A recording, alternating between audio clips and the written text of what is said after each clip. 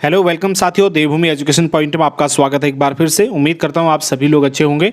तो साथियों, यहाँ पर जैसे कि आपको पता है, हम यहाँ पर per day topic wise MCQs आप लोगों के लिए लेकर आए। ये सेशन जो है आपका रिवीजन सेशन होने वाला है। आपने चंद्रवंश पढ़ लिया है जैसे, तो आज हम चंद्रवंश डिस्कस करने वाले हैं। आपने जैसे चंद्रवंश पढ़ लिया तो चंद्रवंश से जितने भी इंपॉर्टेंट क्वेश्चन है उन सभी को हम जो है देखेंगे। यहाँ पर चंद्रवंश थोड़ा ज़्यादा बड़ा है, तो यहाँ पर हमने चंद्रवंश के विभिन्न पार्ट किए हैं। तो आज जो है चंद्रवंश का पार्ट ए आप लोगों के लिए लेके आया हूँ, फिर चंद्रवंश का पार्ट बी और चंद्रवंश का पार्ट सी, ऐसे हम यहाँ पर देखेंगे।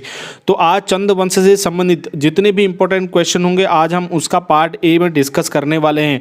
ठीक है, चलिए आगे बढ़ते हैं। फटाफट से मेरे आंसर बताने तक आप भी अपने आंसर क्लिक करना, और यहाँ पर जितने भी इंपॉर्टेंट क्वेश्चंस आंसर होंगे हम वहाँ पर थोड़ा थोड़ा डिस्कस भी कर लेंगे। अब यहाँ पर फटाफट सेशन चलने वाला है हमारा, और यहाँ पर चलिए आगे बढ़ते हैं। ज़्यादा बात ना करते हुए हम वीडियो को स्टार्ट करते हैं। पहला क्वेश्चन है, निम्नलिखित में किस काव्य में चंद राजाओं की वंशावली दी गई है? भाई किस काव्य में दी गई चंद्रवंश की वंशावली? ये मानवोदय काव्य में दी गई है। ठीक है, ऑप्शन ए यहाँ पर सही है, मानवोदय काव्य। तो ये किसने लिखे? भाई ये भरत कवि ने लिखे। ठीक है, मानवोदय काव्य किसकी रचना है?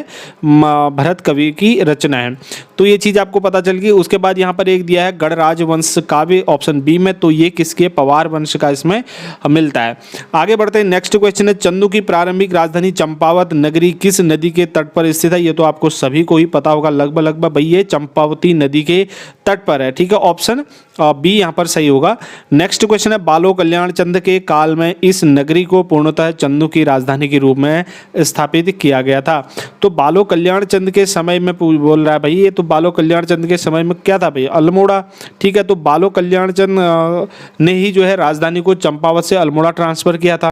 नेक्स्ट क्वेश्चन है, पुस्तक शशिवंश विनोद के लेखक कौन है? तो शशिवंश विनोद के लेखक हैं दोस्तों गणेश सिंह वेदी। ठीक है, तो गणेश सिंह वेदी इसके लेखक हैं। और एक चीज़ मैं आपको बता दूं दोस्तों, ये हिमाचल प्रदेश के बिलासपुर राज्य के दरबारी थे। कौन? गणेश सिंह वेदी। नेक्स्ट क्वेश्चन है, कूर्मांचल में चंद्रवंश का संस्थापक माना जाता है। तो चंद्रवंश का संस्थापक भाई आपको पता ही है, सोमचंद को माना जाता है। इसके लिए विवाद होते हैं, कई जगह पर थोहरचंद भी दिया है, लेकिन अधिकतर जो साक्ष्य हैं उसके अकॉर्डिंग सोमचंद को ही जो है चंद्रवंश का संस्थापक माना जाता है। अगला है, वह पहला चंद राजा था जो स्वयं दिल्ली फिरोज शाह तुगलक के दरबार में नजराना देने गया था। अब ये आपको पता होगा कौन था जो दिल्ली सुल्तान के दरबार में गया था, फिरोज शाह तुगलक के दरबार में नजराना देने के लिए। तो भाई उसके बारे में आपको ये पता होना चाहिए। इसको जो है गरुड़ चंद इसका नाम है, और इसको गरुड़ ज्ञानचंद की उपाधि भी इसको दी गई थी। ठीक है, ऑप्शन कौन सा सही हो जाएगा? ऑप्शन क यहाँ पर सही होगा। ठीक है, तो सुल्तान ने इसको गरुड़ की उपाधि दी थी, तो बाद में इसका नाम गरुड़ ज्ञानचंद से ये फेमस हो गया था। और एक चीज़ आपको ध्यान होना चाहिए, जो नंदा देवी मंदिर है अल्मोड़ा में, तो उसकी स्थापना भी किसने की है भाई? ज्ञानचंद ने ही अल्मोड़ा में नंदा देवी की स्थापना की है।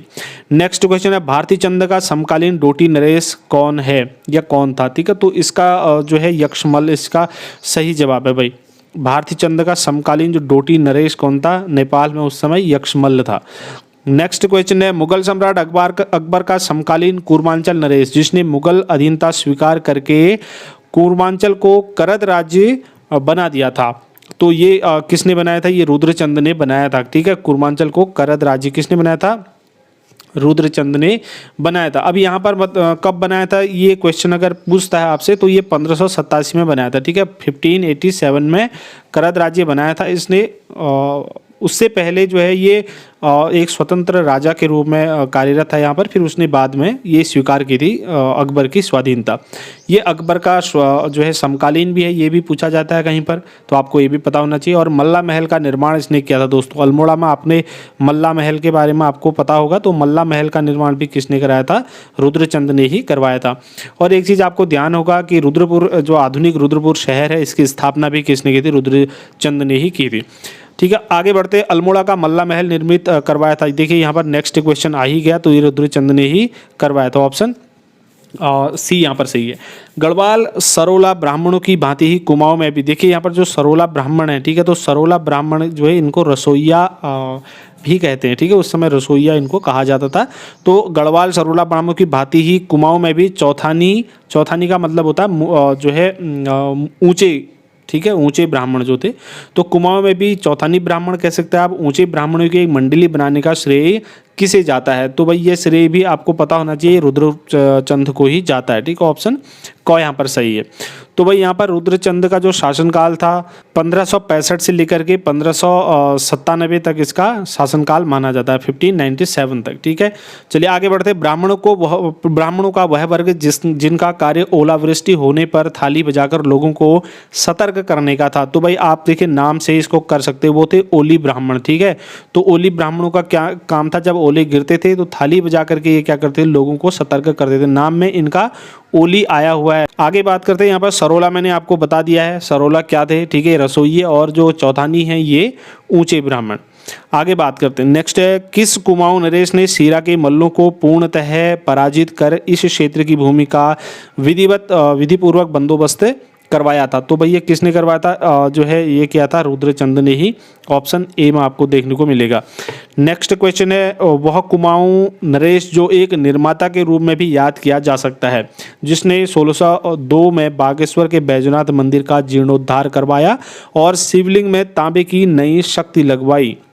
देखिए बहुत बड़ा क्वेश्चन है और इस क्वेश्चन में आपको बहुत चीज़ें मिल गई हैं। ठीक है, एक तो जीर्णोद्धार कराया इसने, ऊपर से शिवलिंग में तांबे की नई शक्ति लगवाई, ऊपर से सन भी दिया इन्होंने और बागेश्वर का बैद्यनाथ मंदिर भी दिया है। ठीक है, तो कई चीज़ें इन्होंने एक ही क्वेश्चन के माध्यम से बता दी हैं। तो भाई इसका सही जवाब है लक्ष्मी चंद। ठीक है, तो लक्ष्मी चंद ने ये करवाया था। ऑप्शन ए यहाँ पर को बिल्कुल सही होगा। अब यहाँ पर बता दूँ दोस्तों, इसको लक्ष्मी चंद को बड़ा निर्माता भी बोला जाता है। ठीक है, अब यहाँ पर बैजनाथ मंदिर का पुनर्निर्माण या जीर्णोद्धार कब कराया, ये क्वेश्चन भी मैंने एक आध जगह देखा है। तो इसका सही जवाब क्या होने वाला है? 1602 ईस्वी। ठीक है, तो 1602 ईस्वी में इसका पूरा निर्माण कराया था लक्ष्मी चंद ने।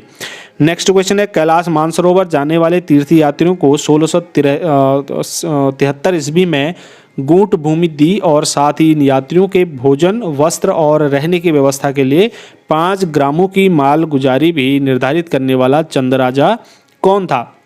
तो वो बाज बहादुर चंद था। ऑप्शन यहाँ पर को बी बिल्कुल सही हो जाएगा, बाज बहादुर चंद।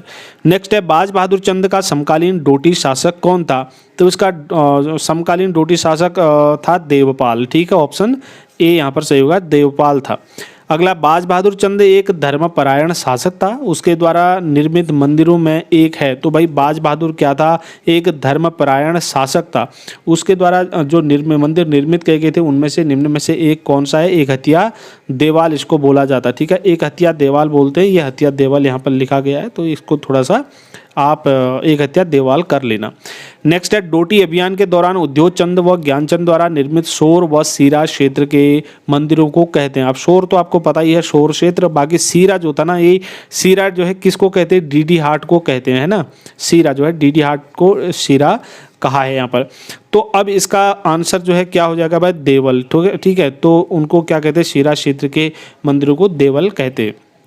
आगे किस राजा के काल को विद्वानों ने कुमाऊं का स्वर्ण काल की संज्ञा दी है? न जाने कितनी बार ये क्वेश्चन आ चुका है और बहुत ही इंपॉर्टेंट क्वेश्चन है। तो किस के काल को कहा गया है? वो जगत चंद के काल को कहा गया है। ठीक है, किसके काल को? जगत चंद के काल को कहा गया है।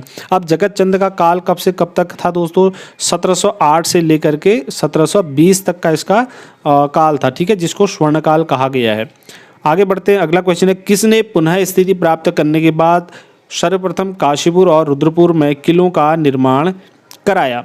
तो भाई किलों का निर्माण किसने कराया था? शिवदत्त जोशी ने। ठीक है, ये ऑप्शन का यहाँ पर सही होगा।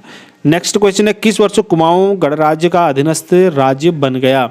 तो भाई कौन सा वर्ष था जब कुमाऊं जो है गणराज्य का अधीनस्थ राज्य बना? तो 1779 था। ठीक है, 1779 जो था इसका सही जवाब। नेक्स्ट क्वेश्चन है चंद्रकाल में सूली का डांडा। ठीक है, सूली का डांडा शब्द का क्या अर्थ है? अब देखिए सूली मतलब सूली पर चढ़ाना जैसे कहते हैं ना, तो फांसी देना आप यहाँ पर ले सकते हो उसको। डांडा मतलब तो होता ही है पहाड़ है, गढ़वाली या पहाड़ी में जिसको डांडा बोलते हैं। ठीक है, जो पहाड़ में फांस दिनियाल वही पहाड़ से कुनियाल सूली का डांडा। तो यहाँ पर सूली दी जाती होगी जिस डांडे में, जिस पहाड़ में, जिस डांडे में, तो वहाँ पर इसको सूली का डांडा कहते होंगे। यानी कि ऑप्शन ए यहाँ पर सही होगा, फांसी वाली पहाड़ी को। नेक्स्ट क्वेश्चन है चंद्रकाल में भूमि का स्वामित्व निहित था। तो चंद्रकाल में जो भूमि का स्वामित्व था दोस्तों वो राजा के पास था। ठीक है, और अगला है चंदकाल में 36 प्रकार के राजकर लगाए गए थे जिन्हें कहा जाता था। आपने चंदों के बारे में, एक कर के बारे में सुना होगा, ठीक है। तो कई कर इन्होंने लगाए थे, 36 प्रकार के इन्होंने राजकर लगाए थे, जिन्हें कहा था 36 ही कहा जाता था। ऑप्शन ग यहाँ पर सही होगा। नेक्स्ट है चंद राजा मूलतः किसके उपासक थे? तो ये शैव धर्म के उपासक थे, ठीक है। शैव यानी कि शिव के, तो शैव के उपासक थे। दोस्तों यहाँ पर मैंने आज आपके लिए जो है फर्स्ट पार्ट बनाया है चंद्रवंश का, ठीक है। तो चंद्रवंश का फर्स्ट पार्ट आज है, यानी कि पार्ट ए है ये। उसके बाद हम इसके पार्ट बी डिस्कस करेंगे, जिसमें 20 से लेकर के 30, 35, 40 क्वेश्चन तक होंगे।